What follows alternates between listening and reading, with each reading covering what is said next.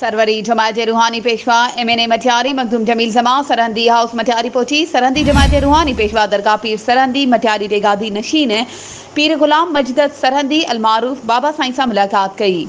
इन मौके ते मीडिया सां ॻाल्हाईंदे MNA मटियारी मखदूम जमील जमा जो चवणु हो त ज़िले मां असांजे ख़िलाफ़ जेके आवाज़ अचनि पिया उहे रतो देरो ऐं नवाब शाह मां बि अची सघनि था। वज़ीर आला सिंध सैयद मुराद अली शाह खे चवंदसि त उहो उत्तर मां अकेलो वञी हिकु चकर लॻाए अचे त खेनि ख़बर पइजी वेंदी त सिंध में केतिरो अमन अमान आहे। असां पीपल्स पार्टी खे मज़बूत बणाइण लाइ कोशिशूं करियूं पिया। पीपल्स पार्टी हिन वक़्तु सिर्फ़ु सिंध ताईं वञी महदूद थी आहे, पर असांजे दोस्तनि जा जेकॾहिं इहे प्रकार रहिया त पार्टी बाक़ी वञी मटियारी ज़िले ऐं लाड़काने ज़िले में बचंदी। सिंध में चोरियूं धाड़ा अगवा फुरियूं मामूल बणियल आहिनि। उत्तर सिंध में को माण्हू राति जे वक़्तु ॿाहिरि नथो निकिरी सघे।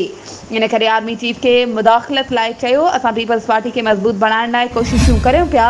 उॾेरोलाल विलेज या उॾेरोलाल स्टेशन तालको आवाम जी सहूलियत ऐं उन्हनि जी ख़्वाहिश ते ई ठहंदो। वधीक ख़बरुनि ऐं अपडेट्स जे लाइ असांजे चैनल खे सब्सक्राइब कयो ऐं हा, बेल आइकन खे प्रेस करणु न विसारिजो त जीअं असांजी हर नई अचण वारी वीडियो तव्हां ताईं पहुची